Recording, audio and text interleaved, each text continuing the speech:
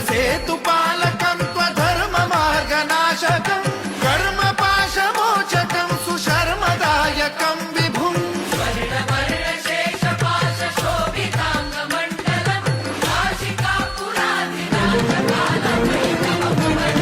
कालभैरवं भजे रत्नपादुका प्रभाभिरामपादयुग्मकं नित्यमिद्वितीयमिष्टदैवतं निरञ्जनं मृत्युदर्पनाशनं